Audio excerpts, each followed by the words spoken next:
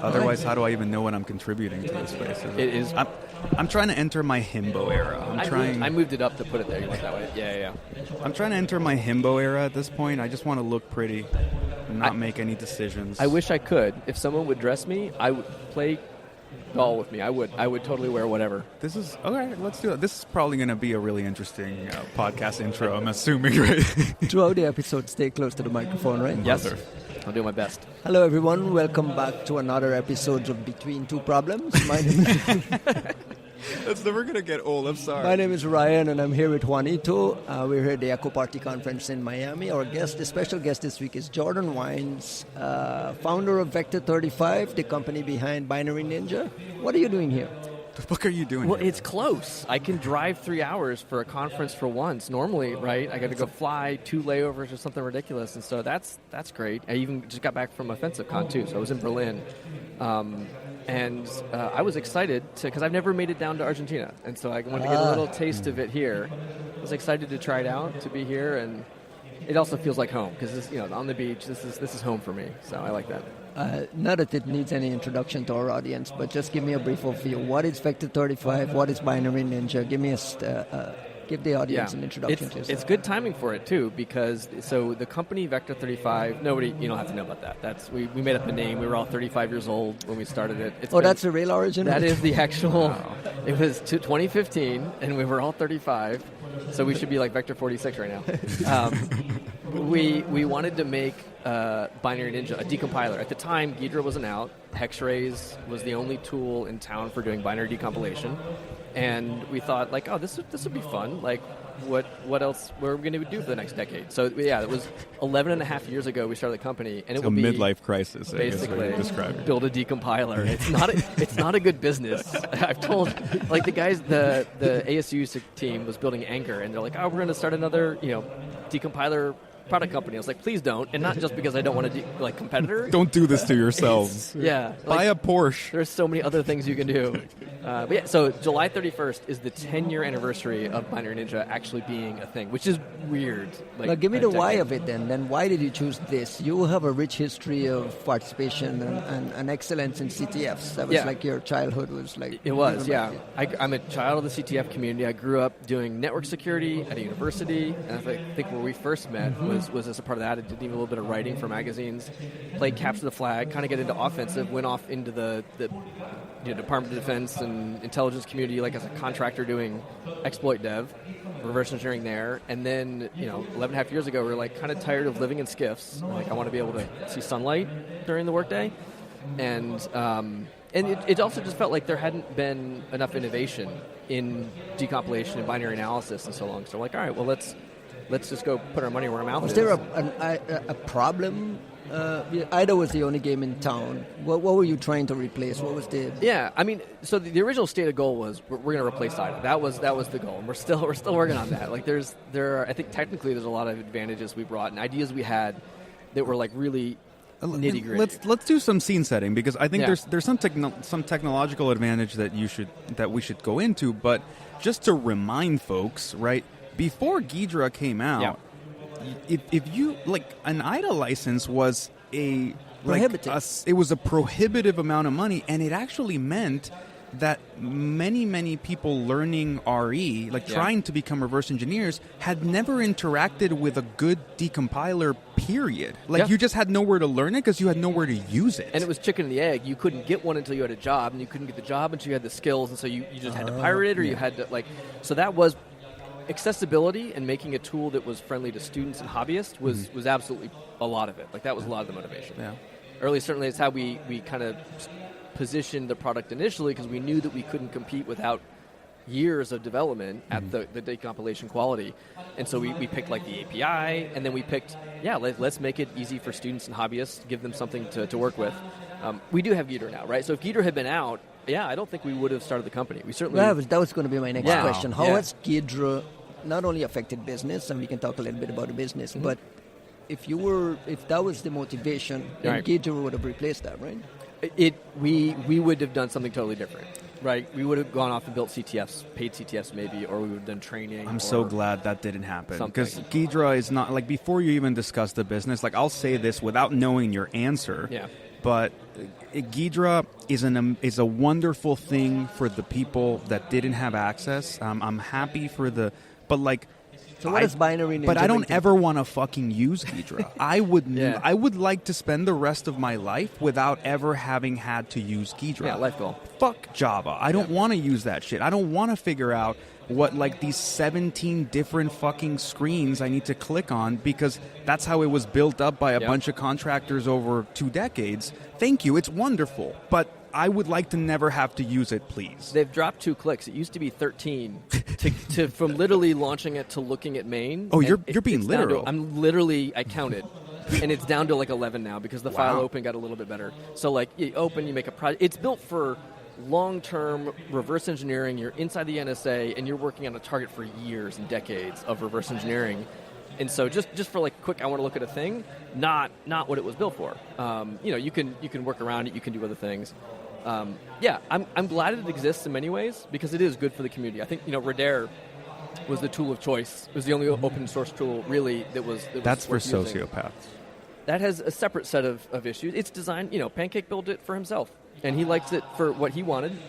I'm sorry, Pancake. If other people, no. Like, if you build an open source tool, you are not obligated to make it work good for the rest of the industry, right? And that's basically what it was for him. And so, Ghidra is great because it is a more accessible, widely appealing. There was Cutter. There was like a GUI tool for Radare that you could use. But Ghidra was the first time that we really had widespread public community, access to a quality decompiler with support for lots of architectures. Ghidra still has the most supported architectures for decompilation of any tool out there. Wow. Like that is still the one thing. There are architectures that only Ghidra supports. Hexrays and IDA have a lot of disassemblers, but they have fewer than either Binary Ninja or Ghidra in terms of true decompilation. There's like an actual disconnect between the component in IDA that does a disassembly and the components in IDA that do the decompilation, which is why you would go and buy each one. Yeah. Before you would go buy each one. Like I want ARM64, and that's not the same as PPC. It's not the same. It's not even the same as x86. ARM32. Like even that was Yeah, that's changed a bit. Right now they're doing subscriptions and whatnot, but you still have to choose though. Now you're just choosing how many. Like you get 2, 4, 6, then you choose which ones, and certain ones are in different tiers. But yeah, and it was just because architecturally they built it before decompilers were a thing. It's like monolithic. And then they added it back on, and so for them to add a new architecture takes a lot of work. Right. Ghidra was designed to be more flexible, and we were, likewise inspired to we were lazy, and I don't want to have to do all the work it takes to support decompilation for every architecture, specifically and differently. So we had to a generic IL system that everything could be converted to, and then that is where the decompilation happened, just to make it easier to support more architectures. So again, it still took a decade to kind of catch up. So people understand when we talk about an IL system, right? Yeah. So and correct me if I misrepresent it, but essentially, the way I've always thought about it in Binja is if you can disassemble it, you can decompile it. It's not technically true, but generally, yeah. The work required to go from disassembly to an intermediate language is, if you think about you take a compiler's class in college, you start with source code, you can turn it into an abstract syntax tree, you turn it into some sort of intermediate representation. You can think of pseudo opcodes, like virtual instruction opcode bytes, JVM and .NET and Python bytecode are all the same kind of thing. It's a sort of made-up imaginary instruction set where it's no longer a text and string. It is actually a machine-specific thing, but it's not for the hardware. And then you do some optimizations, and then you get down to the bytecode, the bytes that the CPU runs. All those intermediate steps there are literally intermediate representations or intermediate languages. And that was one of our... That's from compilation down to it being a compiled binary. Yeah, and we do the same exact thing in reverse. And the thing that we did differently, kind of one of our sort of selling points or big points, is we do the same thing in reverse with multiple levels. So it's really easy to get lost in the weeds on it, and I love getting into it. But basically, it lets you get more visibility into what's happening. Even now, with Ghidra, which is open source, for you to modify the decompilation, it's not actually that easy, because there's so much stuff happening, and you can't really get in there and sort of tweak and tune as easily. We actually had meant for that to happen from the beginning, so we designed it to do that. So it means language-specific support is a good example. We have we can decompile Objective-C to Objective-C.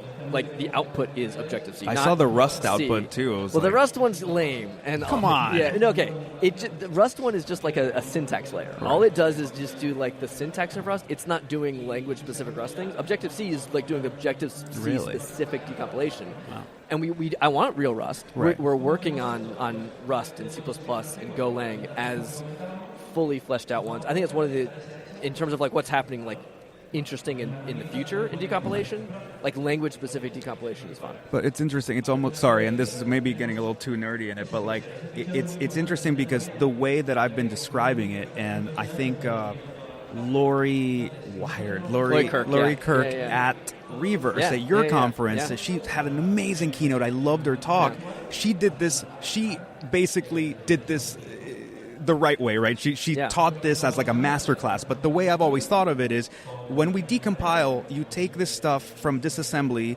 to something, to C pseudocode, right? Like you're saying this is like a sort of C equivalent representation of what we think the source code was kind of like based on like what you can still recover. But then C++ and Rust and Go, like it's like you have to go further levels of abstraction on top of C, and that's where most decompilers kind of die. Like we're like, look, this is as far as we're fucking taking you. Good all luck. That fancy shit with structs and classes and whatever, we're not going to touch it, right? So it's cool to see, like, yes, you guys did intermediate languages, but now you're basically doing higher representations, essentially natively, which is fucking amazing. Yeah, we literally have a whole API that's called the language representation, which says, okay, from our highest level of IL, from the most abstract IL, make it look like a specific language. And you can change which language you want it to look like, but you also have to then handle it during your analysis. Like C++ does different things. Like there are different language features that during the compilation are going to show up in the binary. So you have to handle it there. Golang has all that debug information in the file. You have to handle it there. It's like all these places. How are you just the representation of like it can return two variables, not one. We just fixed that. That's literally that's a new thing. It's the little things in life, right? Yeah, but like you can't actually like show the we kind of like all hobble along with C is good enough, and we can do better. We should do better. So. Yeah, I think that's a fun. It's taken us a decade to get to where we can now do the fun stuff, right? Like a decade just to sort of like table stakes with decompilation. Return two variables. Yeah. Dun dun dun. Yeah. Right.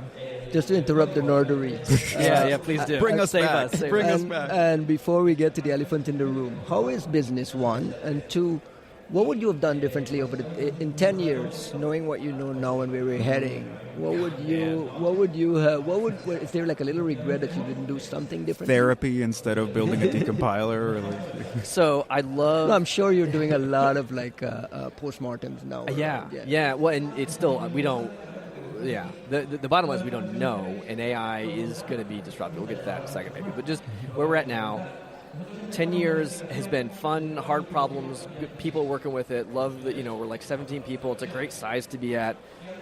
We're doing great. Like we've always 17 people? Yeah, small company. Yeah. I was surprised to learn that myself. Yeah. Damn, man. But there's no org chart. There's no, right? Like I love being exactly there. It's my favorite. And like you have to have like really good people that all can like pull their weight. We have two people who don't ship code. I'm sorry. I'm just sitting here because I'm thinking about the composition of your company, the composition of Katie Masurus' company, the composition of Vizzy Stark's company, right? Like you look at these things that have made, like they're making meaningful contributions. Like Haroon Mir and things like all the bootstrap shops that are actually completely bootstrapped. Yeah. We did like some DARPA money. We took a little bit of that doesn't count. DARPA money don't count. We did like a little bit of In-Q-Tel, and I was going to say earlier, part of the reason we're doing well is because we take DARPA money as to make self-funding essentially. So they just pay us to do services or work. We build prototypes. We give things to them. Some of it we just open source. Some of it we put in the product. Right. That's part of the deal. You have to open source some exactly of it, right? with them, and that works great for us because that's what let us self-fund and have a bigger team of developers. But like the amount of like that money has been going down less and less, which is always the goal, right? We want to be fully independent, and I still like the DARPA work. There's a lot of really interesting work, and the fact that it let us be a little bigger over the years than we otherwise would have been able to do. Purely the product has been really good for us. So I have no regrets on that. But we're also trending in the right direction, where we're taking we just let the product grow as a percentage. No VC money. No. In-Q-Tel got like a very small percentage. And we only did that. The only reason we did that was because Ghidra was announced. And we were like, we're a little nervous. Right. I will take a little extra money in the bank. We ended up not needing it, but it was an uncertain time, and it was a hedge against it, and so it kind of helped out. So but they have no voting, no control. Like we are fully there's 3 of us that co-own the company. We have each equal equity. And we get to just make decisions based on what we want to do. Holy shit, like that business makes sense as like a fucking business. That's crazy. Yeah, and we can be around for the long term. We don't have to make choices because we knew we wanted to be around for a decade or 2. So like do things that are right for that, not for quickly extracting as much value as possible from our customer base. This is the craziest shit I've ever heard. Who would have thought? Yeah. I heard Juanito on this podcast a few minutes ago says, who wants to be using Ghidra? I would never use Ghidra. There's a school of thought that in the future all reversers are going to say, who wants to be using Binary Ninja or IDA when I can shove a prompt into an LLM? Yeah. Where is your head at? So, from a business perspective, from a reverser's perspective, like help me understand how you're thinking. This is the most uncertain time in that regard, and it is very not scary. I mean, uncertainty is scary. Fear is real. Feels existential. It does. It absolutely does. I'm very laid back. It takes a lot for me to be worried. One of my other co-founders has been more nervous for years, seeing this kind of coming, and I was kind of like, I mean, maybe, could be, but not yet. And now I'm to the point where like, ooh, no, this is happening. Like, it's real. People I know who are amazing reverse engineers don't look at the reverse engineering tool anymore. Now, they're still using it. It's still being driven by a model, but it's not. They're not the ones interacting with it anymore. And I think that trend's only going to continue. I don't know at what rate, and I don't know if we hit limits and we're still like, how much do we do it? Should I be working on the UI at all? Is a question. I think that's the more so that's the more interesting, right? Because like I'll say this, and I'm really glad I did all this with Fast 16, and you know we'll eventually write something about it, but. What's been really interesting to me is the second time you've promised to write something about it. So look, now he's on the books. He said it. He now Gabe has to write it. There you go. So it'll get written. It'll get written. But no, what I wanted to say was, look, what people forget when they say the model can do it is the model is driving the fucking tool. Yeah. If you don't give it IDA, if you don't give it Binja, it doesn't magically figure it. Moreover, does that hold in the future? Dude, the fucking model has tried. Yeah, because it holds. Think about the token spend and the turns that you're wasting. Yeah. The model has, for me, I gave it a binary, and at one point, like I wasn't paying attention because it was like sort of doing some of the shit, and then I look and it's like writing a disassembler in Python. I'm like, fucking stop. Like that's not the fucking tool's right there. What's wrong with you? Right? It can, and so you can even just give it bytes for small things and say like create C code out of this, and it can kind of do that surprisingly well. But 1, it doesn't scale at all. 2, it's horribly inefficient. 3, it's inaccurate. So like there's no verify, and that's what I was going to go to. That right? Provides a moat for you. Yes, a little bit, but not really because Ghidra exists. And so back to the other one, like I don't want to look at that shit in Ghidra. but if you're not looking at the tool anyways, you're just having your model drive it. That's my final point. There is like, look, I don't think there is a reality where we skip the verifiability completely. Yeah. And I can't do that. Look, in this thing that I did, and like how fucking impressed I am with Opus 4.7, GPT 5.5, in what they did with this reversing, I'm impressed at the quality of refinement that it produced in this IDB and this BNDB, and like the thing that I would read through, because most of the reversing magic was us spending forever renaming variables, renaming functions, trying to guess prototypes, trying to guess all this shit. So it's doing all the tedious stuff. But the only reason I can trust it is that I double-click on the fucking thing, open it, and go, oh, yeah, this looks right. Oh, what the fuck is this? You told me there's no more unknown functions. Here's 45 of them. Oh, yeah, sorry, I over-indexed on blah. I was like, fuck you. Right. Keep fucking doing the work. So if you're going to have any verifiability, your product is what's producing the database and the ability to kind of look through it and say, this is consistent, this is what you said it was. And my bigger point with this Fast 16 thing was, after 1.5 million tokens, I had a wonderful database, and then I'm like, okay, now let's figure out what the functionality of this thing is. And it took a while before it disabused itself of the idea that it was a rootkit. Like I had to drive it and drive it and drive it until it goes, oh, holy shit, this is an EXE like modifier. And you're like, there we go. Yeah. But had I not done that, it would have churned for 2 million tokens. It would have created something nice. We would have been like, look, it reversed it, and it says it's a rootkit. And you're like, you didn't press it enough. Yeah. And if the domain expert isn't there, like, I don't think that part's going away. I don't see how it could. Yeah, and so Ryan, I tell people, you don't ask AI to do math. You give it a tool that it can use, and it does math, and they're really good. But like, it was sort of the joke early in the day, right? You'd ask it 2 + 2, and it would not even get simple math right. I'm sure they're better at that now, but they're still not. They still know that you use the tool for certain things. So on the one hand, yes, there is a moat, because I think that you wouldn't replace your compiler with the AI entirely. Go emit an executable. That's silly. Have it write source, have it compile it, have it build it, test it, do all that. The same should be true for decompilers. But because Ghidra exists and is open source and free, I still have, if Ghidra didn't exist, I would be far less stressed, because no one's going to take all the effort to build a good decompiler from scratch to compete with me. It's too much work for too little benefit. Mine too cheap. It's just not worth it for what it takes. But it makes it more complicated. So where's your efforts going now? So right now, I mentioned earlier language-specific stuff, and I think that's nice because all this stuff, even in the face of AI, the less thinking it has to the less tokens you spend on making it reason about stuff, the better the results are going to be.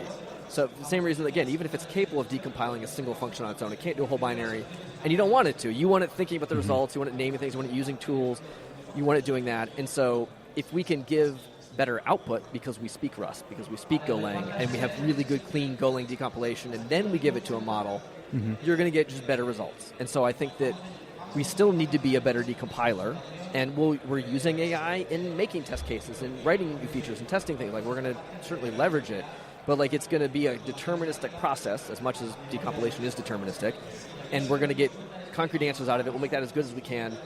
But yeah, maybe the UI gets a little less love. Like, we're still fixing UI bugs, but it's just, I'm not going to do a big UI refactor next year because, well, one, I think we already have the best UI.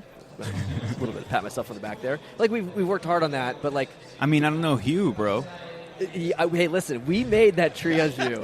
Little known fact, there is a feature in Binary Ninja that is directly because of Silas and Juan. It was like literally feature for feature their design. They're like, we use Hugh to open up a lot of binaries and get this overview, and I'm like, tell me what you want on it.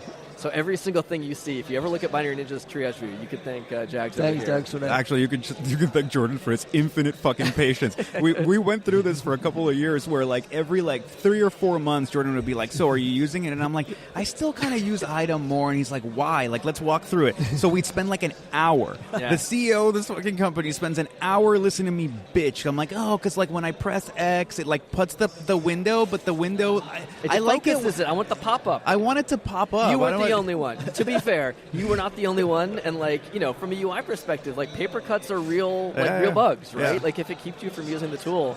So yeah, we always listen. In fact, there's a new version, 6.0 is coming out in a little bit.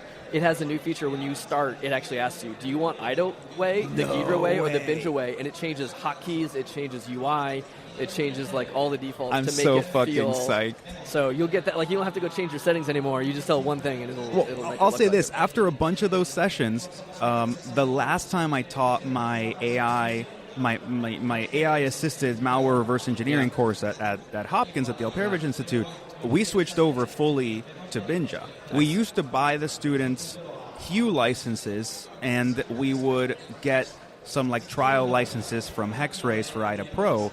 But then the problem was, like, as soon as this was done, these kids were never going to get to use that tool anymore. So chicken egg issue. Yeah, we switched over to Binja, and you guys were super helpful, like, in setting us up and giving us like trials of like Sidekick and everything. So I had several students who wrapped the thing up, and then were like, "Oh, I'll just go buy a fucking license. Like, I can afford to buy a license, right?" As a hobbyist, it's $300, and you can keep using it forever if you don't want to. It's not a subscription. Right. So I think the main thing, Ryan, and like this is, I think it's really important to like flag this explicitly. The people who think that AI is replacing the tooling are the people who don't know what the fuck they're talking about, in the sense that like what they think is a request comes in on one side and a solution comes in on the other, and AI did everything end to end. Whereas like what we're seeing is AI is becoming this like macro automation capability for using the fucking tools. It's using the tool on my behalf, but if the tool's not there, it will churn it would have to churn for 3 weeks writing a disassembler and a decompiler and building the tool. Yeah, and it will do that. Sometimes it's the right thing for small things and for certain small things. Yeah. But the bigger the task, the less likely it is that you want it building a tool for you versus adapting an existing tool, using an existing tool. I'm taking water from 5 people in Colorado to build a new data center. You guys don't need water.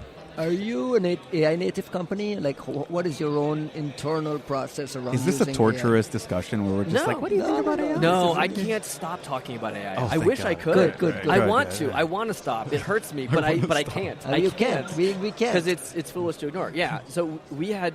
I would say a year ago, I would have said, well, we have some people that are really into it, some people that really reject it, and some people that are transitioning.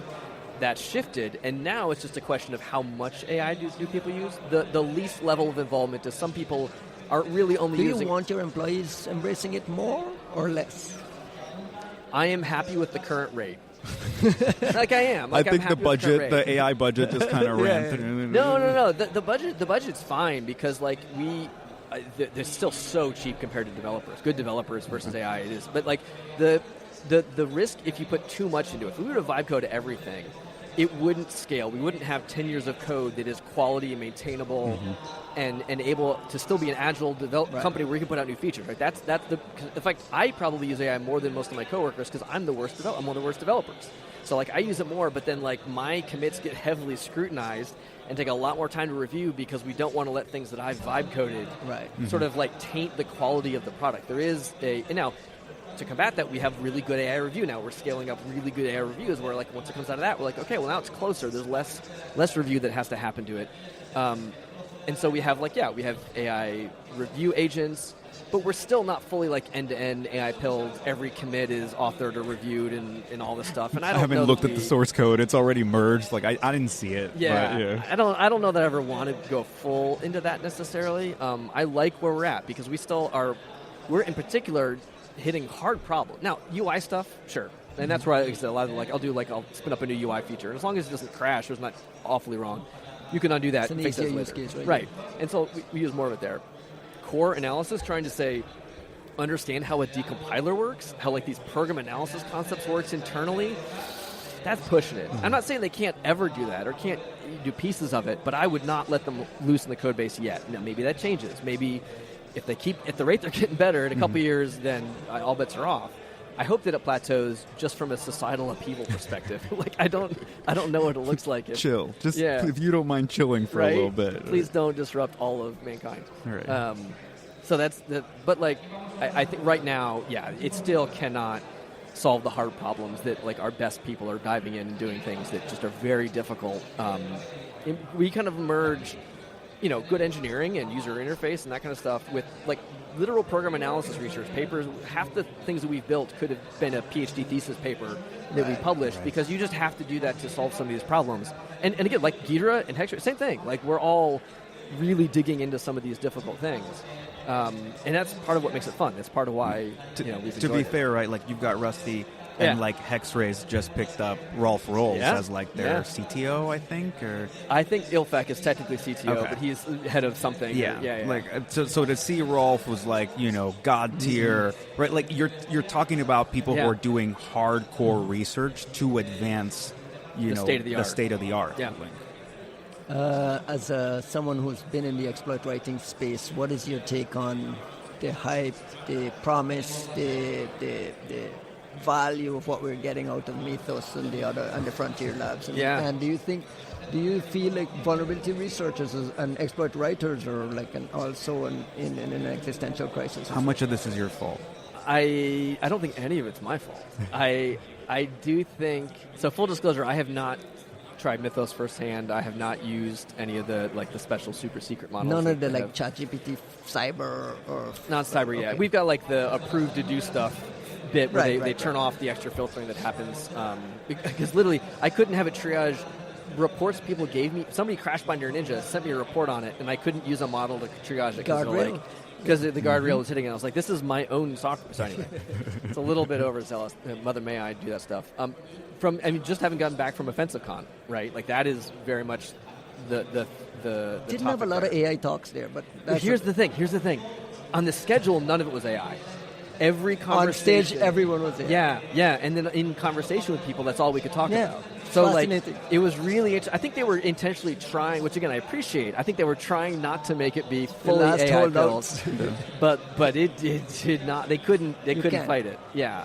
So, I mean, who the fuck chooses to go the hard mode? Like that would be like me. Like no one does. That would be like me. Like, oh yeah, I love reversing, but I write the hex myself. I look at just the zeros and ones. Right. I can read some opcodes, but I don't choose to. Yeah. Like, what maniac? I was listening to that. What's the Richard Hamming book for? What's the art of like science and engineering or something like that, and it talks about like back in like the 60s or 70s or something, like people who were basically, forgive the terminology, but like looking at each other like, oh yeah, you're pussies because you won't look at the binary directly anymore. You're using these like assembled languages. You're like, bro, we've been having the same dumbass toxic conversation for like 50, 60 years. It's the same thing among a segment of cybersecurity where that person's not technical enough. Right. We all are, motherfucker. Ryan in particular is like, fuck you guys, I can reverse, I can do whatever the fuck I want. No, but you say you don't have access, so you're coming at it from an outsider's perspective. But what is your perspective? So, having done it previously and having talked to a lot of people that are still doing it, one of the people I mentioned earlier, I said, one of the best long-term quiet exploit writers off in a company that shall not be named, just doing their thing. They don't look at a decompiler anymore. They are doing nothing but prompting and running a mixture of local and online models and the frontier. And I think that it's going to be really weird to be like, I can't imagine to be in like my old job where I'm working for a government contractor in a SCIF. Like, what models can you get back there? Like, are you like the local ones are getting pretty good for some things, but I wouldn't trust them for like serious bug hunting. You think they're giving them Quen inside of the SCIF? Well, you think they're bringing like a Chinese model in there, right? Also, good luck. Because there's so many open source models in America, right? So are they going to license one from? I don't know what that looks like. Kimmy K2. I don't know what it looks like, but I do know that they're going to get left behind, and they know it. I think they know it at least, so they're trying to work on. Dowd, is like clearly all in, and so in terms of people in the field that are still impressively active and expert at the top of his game for years. They'll still be the best, though. And they're still going to be the best, but they're using AI. Like they themselves are already. Didn't Orange Sai say that he basically done the research into this new vulns? It was like a few weeks because it was like full AI, but like. Dude, who wants to do the hard mode part? Yeah, even Chompy said that she was using AI heavily in all of her Pwn-to-Own bugs that she just got. Chompy's a badass. I mean, she is. Yeah. And she's using like AI because it makes her faster and better. Right. I think that there's a these nerds are shouting out Valentina, by the way.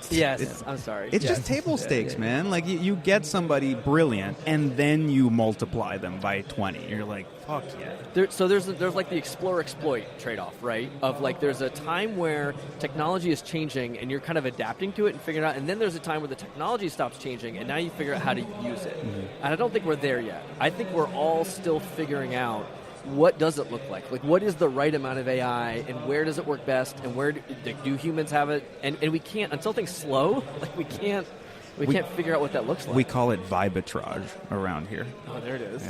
Yeah. Until things slow, it's a what? A 2-year window, a 5-year window, and who's patching all this shit? Well, so I mean, I think that at a higher level, how do you think this shakes out and in a real actionable way on the ground? I do think there's no reason to assume AI will be worse at finding bugs than it is at patching bugs. I think that I don't think there's any inherent asymmetries there that mean, oh no, the problem is going to be worse for defenders because the offensive people are going to find all these extra bugs. I don't know that I think that, they can't patch what they have now. To be honest, it is what I'm hearing. Like, I thought the same thing. Yeah. And I was disabused of that idea last week. Somebody called me up who listens. And like I know they know their shit, and I know they're spending like crazy, working super hard with AI, like better than anybody I've heard as far as patching goes. And they're telling me like, look, it's cool when it's just like, hey, you missed a fucking character here, or like this is a small bug, But when you start getting into like, look, Mythos found an unbelievable logic bug that traverses these 3 components, apparently you're not getting the like, oh, no worries, this is how you like quickly and reliably and methodically fix it across this entire fucking thing. I don't think it's quick, and I don't think it's easy, but I also don't think Mythos finding that logic bug was actually all that quick or easy. I think they spent a lot of tokens to find those hard bugs. Yeah, and you can't use Mythos to patch them. Exactly. And so I that's why I mean, I hope I'm right. Because if I'm wrong, that's going to be interesting times. But I don't know of any inherent reason why, having done patching bugs and having written bugs, I don't think that either one is inherently easier or harder. I think a lot of it depends. It's like an artificial limitation. I think if we're training the tools now and we're giving them better tooling, if we're giving Mythos a better tooling and it's being trained and specifically built to find bugs, well then it's going to be better at it. I think the crazy thing, and this is, I'll stop spilling other folks' tea, but like, I think the crazy thing is people are finding bugs with Mythos and patching them with GPT 5.5. Yeah, because it's the affordable Mythos. Like it's the one you can actually like just a 5.5 problem when it's always available and relatively affordable. Just fucking let 5.5 churn on it. Yeah. So testing, there's a lot of our DARPA research actually over the years kind of has touched on this. There's been a lot of the CGC, the AXCC, all that kind of stuff has focused on both the finding and the patching. Shout out to Perry. Yeah, bro. I was way ahead of this shit. Yeah. Dude, when Perry was saying this shit years ago, I was like, why is she... Like, she's just obsessed early with this thing. It's just so, like, niche. Yeah. It was like, Turns out, of course she knew what the fuck was going on, and it just took us some time to get to... A lot of the open source tooling out of that project is still helping folks today. Right? Yeah. And so I think that we have seen that they can do the patching with that. So I hope that we're going to be able to have some sort of symmetry there. And then I wonder, are we going to end up where we got with fuzzers? When fuzzers first came out, bug finding was like crazy. We're all screwed. Like this does feel like a degree that's different and more and worse, but it might end up being the same shape at the end. Like when it all settles out, both sides have both tools, and the tools are helping patching and finding and. What does this window look like? This settling out window? Because this is where everyone is kind of like. In this, I have no idea. No. I stopped making predictions. I remember like early on. Is it a 2-year window, a 5-year window, a 10-year window before we get any sort of clarity? Yeah, 3 years ago I thought like, oh man, I'm sure glad these things are not getting better. They're gonna clearly this is it. This was a step function and we're plateauing, right? Still blows your mind, right? No, constantly blows my mind. So I sort of stopped making predictions at that point. I think the only predictions that I would make that are safe are if they continue to change, the implications are going to be more and more dramatic. I don't know where it's going to stop, but based on when it does stop and how long it takes, if they become so good that we really don't need humans anymore, like what does that do? Like what does that do? I don't think that's like So okay, that's where I want to like kind of pump the brakes. Doomerism, please. Yeah, because I just think it's a level of magical thinking that it's not ours. It's not necessarily our mistake. But I actually watched the talk yesterday, and I cannot pronounce this man's name. It's Maciej something. A 10-year-old talk you sent to me. A 10-year-old. I sent it to you at like 2 o'clock in the morning. I'm like watching this talk. It's a 10-year-old talk about superintelligence, and this speaker who I'd never heard before, and Claude turned me to, but like was brilliant. He was basically saying like this is a disease of the intellect that seems to affect predominantly really smart people, which is this kind of really quickly reductive thinking where you go, well, if there is a solution that's just like a long horizon thing towards I just repeat the same thing, which means I'm going to get to this problem, then that means that the problem is solved. Like you kind of just like collapse the problem space completely and go A, therefore B, therefore C, therefore D, and it's like stop, slow the fuck down, right? Yes. Engineering is a hard problem. Yeah, and it's not just like a token problem of like just keep inserting the same solution more and more and more. It's not I think as much as the scaling laws might be helping the token part of things, I don't think that the scaling laws compress reasoning at every phase, right? Like there are problems of not of degree, but like there are qualitative problems that we're going to run into. I hope so. I do. I hope so. And Yes. Even maybe. if it means like the computer, yes, it could solve it, but the same way we used to think about like quantum resisting cryptography, right? Yeah. Yes, we can solve that, but it'll take longer than the fucking, time the universe. You're like, okay, that's good enough for now. I do think the cost is another factor that we really don't know about yet either. And so there's a lot of question about like how much are the tokens being subsidized right now, and when are they going to when is the cost and efficiency going to plateau to the point where it's not going to get any cheaper or not noticeably better, like exponentially better over a period of time? And at that point, then we get to really answer the question, okay, when is it cheaper versus a human versus the model? And so I don't think we can even do any sane reasoning about that right now. Yeah, they're keeping it from us. Right. They are. They're giving us a taste of the future at a highly subsidized rate. Yeah. Because so that they can get their next round of funding. Sure, exactly. But also so that you can look. What are the investors paying for? Like getting a further and further taste of that future to see how much this investment's actually worth. I think if suddenly by the next round what you see is like actually these dudes can't seem to move this needle forward anymore, then you're gonna suddenly see, okay, well, what's this ecosystem and what's the actual like ROI gains and where are the limits, and like all of a sudden value assignation just comes back. In. Yeah. Right? Yeah. Are we dealing with like hype and bullshit for 10 years trying to decipher what is real and what isn't real? Gartner's got you, bro. It's okay. You good. Just to close, Jordan, what are you telling a kid heading into university today? That's the hardest question. That's the one thing we didn't even really get onto is like, what is the pipeline from, especially having played Capture the Flag and seeing that bring so many people up. I think Capture the Flag is in a dangerous spot now. These sort of traditional mechanisms by which people sit there with a bot, right? Yeah. Right. And it's the problem is you can't do with and you can't do without. Because if you do with, you don't learn anything. And if you do without, like, well, why would you do that? Everyone uses tools when they do things in the real world. So why would you do the completely artificially restrained? Like, there's always people that like make wooden instruments by hand, even though we have modern tooling. But like, it won't be how the business works. And so like, how do you balance coming up in this field right now? I've been looking and I don't see good answers because I think that it requires a level of discipline that is very few people have. I mean, I agree on the discipline. I also think that the lack of a curriculum in itself, like somebody shaping you on the path, because what I wanted to point out, and this is like a thing that surprised me, I just like stumbled upon it, right? You can go into, even in Claude Code, there's a setting for I'm trying to learn, where it won't give you the answer. It'll just kind of walk you to like, mentor you. But it, like you said, right? Who has the discipline? Right? I hope that there are people in college right now who are like, yo, I want to learn this. Thank you for the answer, but like, please, how the fuck did you get there? I hope, but that's a personal discipline thing that is that the advice I wouldn't kids? have had. I don't have anything better. And again, the worst part is I wouldn't have done that. Are you kidding me? I love shortcuts. If I know one exists, it's incredibly hard for me to not take it. And so I don't do as I say, dynamic not as I analysis, do. motherfucker. Yeah. Hey, we're doing more of that now. We've got the debugger built in. We're not just. Oh, you guys analysis. are cheating now too? Yeah, That's great. Exactly. Great. Cheat. Good artists copy, great artists cheat. Right? Something like that. Fucking debuggers. Nico Brule just being like, yes, you can do it this way, but why wouldn't you just set the breakpoint and boom and dump it out? Fuck. Yeah, not wrong. Not wrong. Wanted to close the show with some shout-outs. Why?